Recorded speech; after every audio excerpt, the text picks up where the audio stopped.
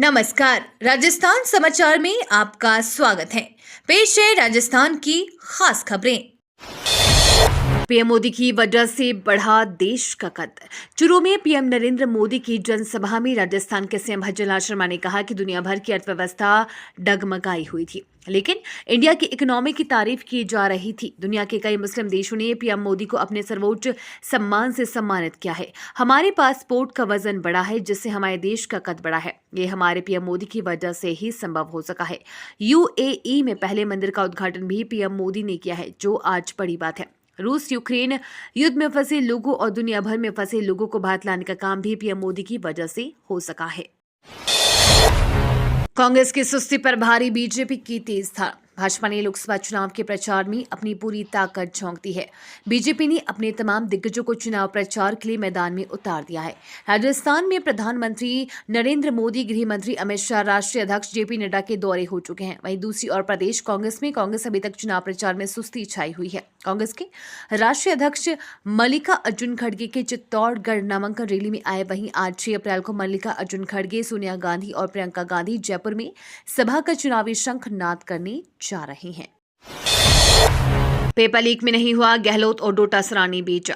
लोकसभा चुनाव जैसे तैसे नजदीक आ रहा है। आरोप प्रत्यारोप के तीर लगातार एक दूसरे पर चल रही हैं। राजस्थान के शिक्षा मंत्री और वरिष्ठ भाजपा नेता मदन दिलावर ने एक बार फिर राजस्थान के पूर्व मुख्यमंत्री अशोक गहलोत और प्रदेश कांग्रेस कमेटी के गोविंद सिंह डोटासरा पर भ्रष्टाचार और पेपर लीक के गंभीर आरोप लगाए हैं। दिलावर ने एक सभा में कहा कि इन दोनों ने मिलकर कई पेपर बेचे हैं, इसलिए इन दोनों का समय आ गया है अब जेल जाने का। ईडी की जांच आगे बढ़ती जा रही है। अब इनको जेल जाने से कोई नहीं रोक सकता।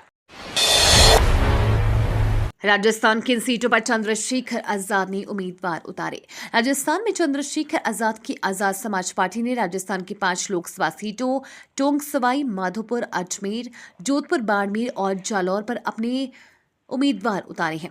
टोंक सवाई माधोपुर से विजेंद्र सिंह मीणा, अजमेर से जितेंद्र कुमार बोयत, आनंद पाल चौहान को जोधपुर से, प्रभु राम गोयल बाड़मेर और जालौर से मोतीलाल हीरानगर को उम्मीदवार बनाया है। इन सीटों में बाड़मेर सीट पर रविंद्र सिंह भाटी के निर्दलीय उम्मीदवार के रूप में नामांकन करने के बाद मुकाबला त्रिकोणीय हो गया है। ऐसे में चंद्रशेखर की पार्टी ने भी उम्मीदवार उतारकर मुकाबले को दिलचस्प बना दिया है।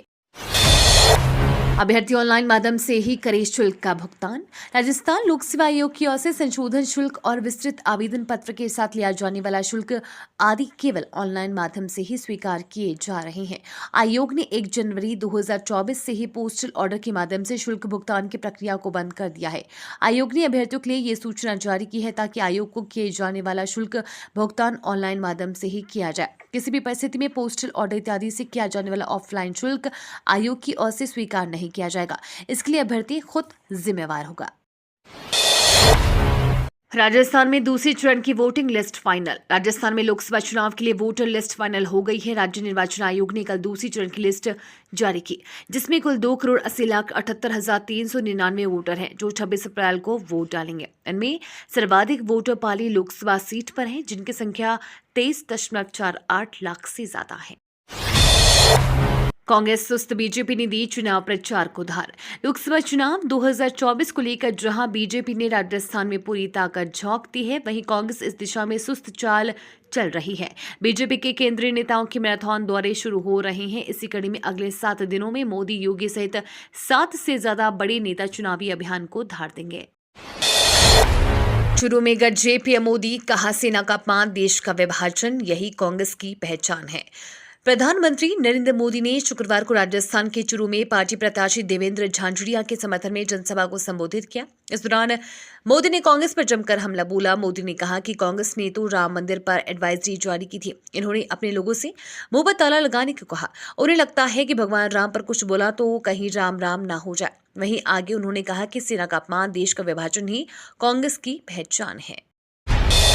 दुर्लभ बीमारियों के मरीजों को 1 रुपए में जयपुर भ्रमण। स्वावलंबन फाउंडेशन की ओर से 5 से 7 अप्रैल को दुर्लभ बीमारियों के मरीजों के लिए 3 दिवसीय जयपुर भ्रमण आयोजित किया जा रहा है।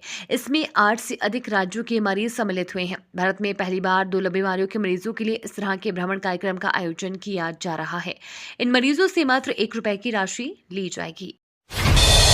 मदन दिलावर और गोविंद सिंह डोटासरा में जुबानी जंग। शिक्षा मंत्री मदन दिलावर और कांग्रेस प्रदेश अध्यक्ष गोविंद सिंह डोटासरा में जुबानी जंग शुरू हो गई है। दिलावर ने कांग्रेस पर निशाना साधते हुए कहा है कि गोविंद सिंह डोटासरा जी, अशोक गहलोत जी, आपको जो कुछ खाना हो खा लो, जो पीना हो पी लो, थोड़े दिन बाद आपको जेल में चक्की चलानी पड़ेगी, गिनती की 4 रोटी मिलेगी। ये मैं बार बार कह रहा हूं और ये फिर कह रहा हूं, अपराधियों को ईडी छोड़ेगी नहीं।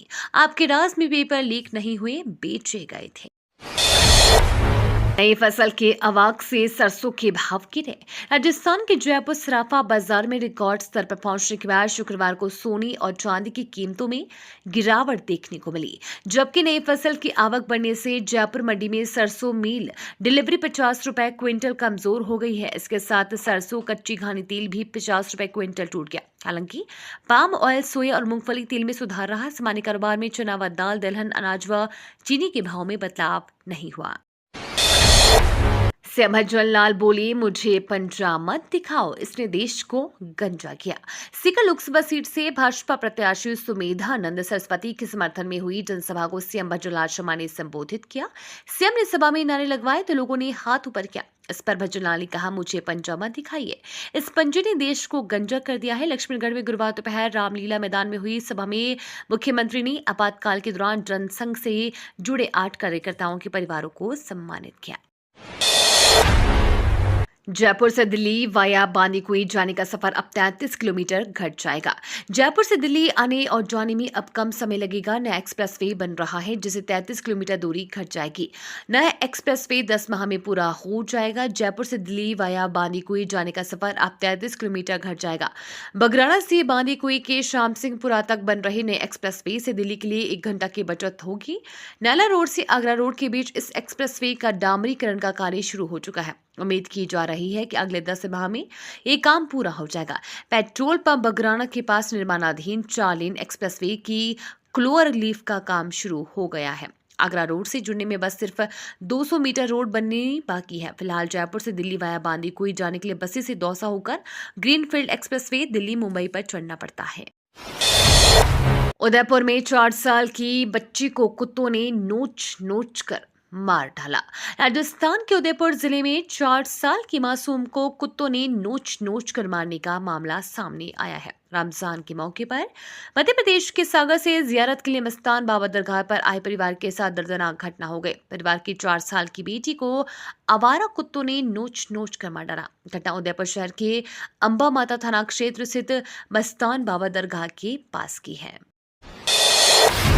मालदीव ने बीच में घोपा छुड़ा, लेकिन फिर भी मदद को आगे आया भारत और मालदीव के बीच पिछले कुछ समय से संबंध बेहद तनावपूर्ण है। हालांकि भारत ने इसके बावजूद मालदीव के लिए आवश्यक वस्तुओं के निर्यात की मंजूरी दे दी है। भारत सरकार ने मालदीव को कई आवश्यक वस्तुओं की आपूर्ति को मंजूरी दे दी है, जिनमें चावल, गेहूं और प्याज जैसी वस्तुएं शामिल हैं। सरकार ने इनके निर्यात पर वर्तमान में प्रतिबंध लगाया हुआ है। दरअसल भारत चावल, चीनी और प्याज का प्रमुख निर्यातक देश है, लेकिन आम चुनाव से पहले स्थानीय कीमतों पर नियंत्रण रखने के लिए इन खाद्य वस्तु के निर्यात पर कई प्रतिबंध लगाए हैं।